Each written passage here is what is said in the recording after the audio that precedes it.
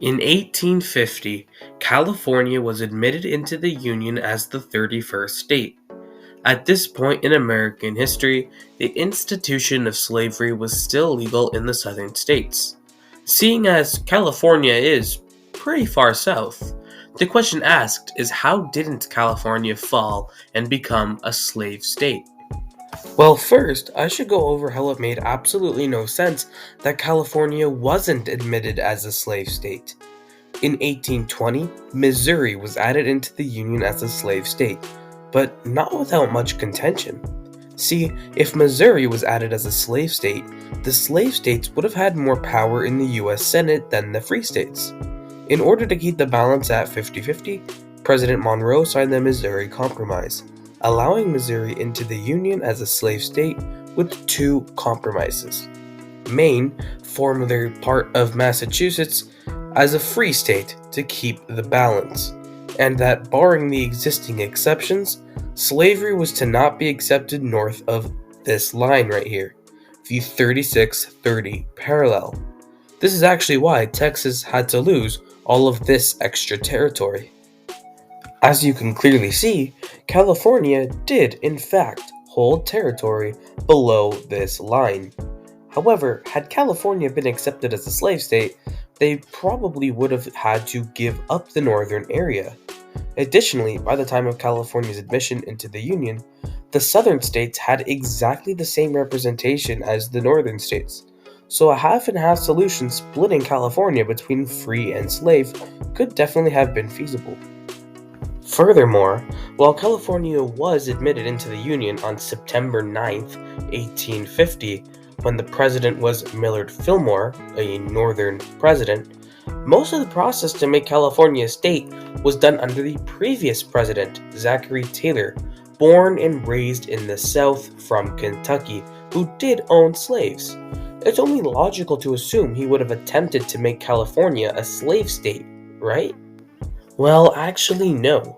This period of American history was unique in that Southern presidents were more loyal to the North and refused to expand slavery.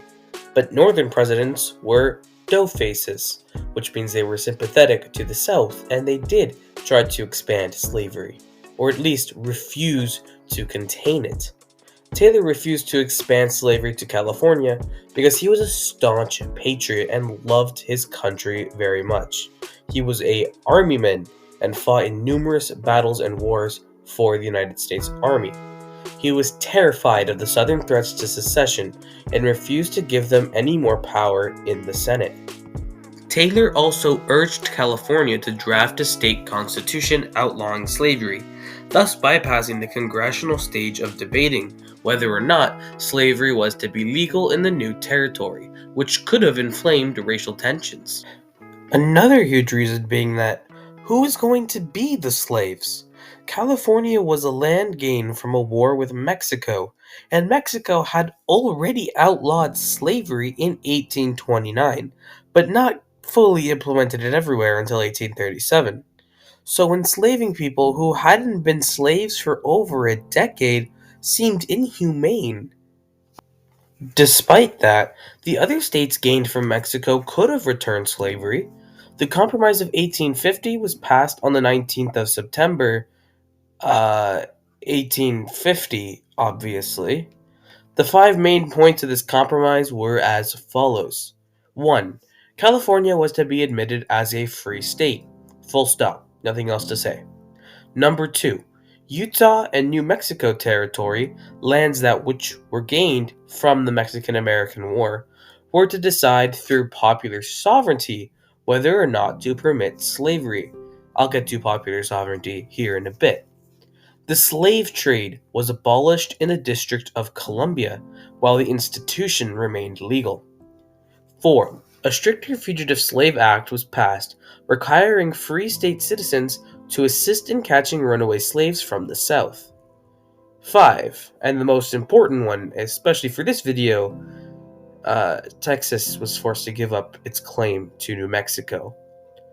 Yeah, maybe that's not so important. Popular sovereignty was the idea that the people who inhabit a state should decide whether or not the state permits slavery.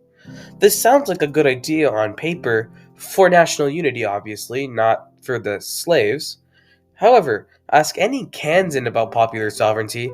When this question was put on a ballot in Kansas, it led to pro slavery advocates and anti slavery advocates not from Kansas into Kansas to legally vote in their election.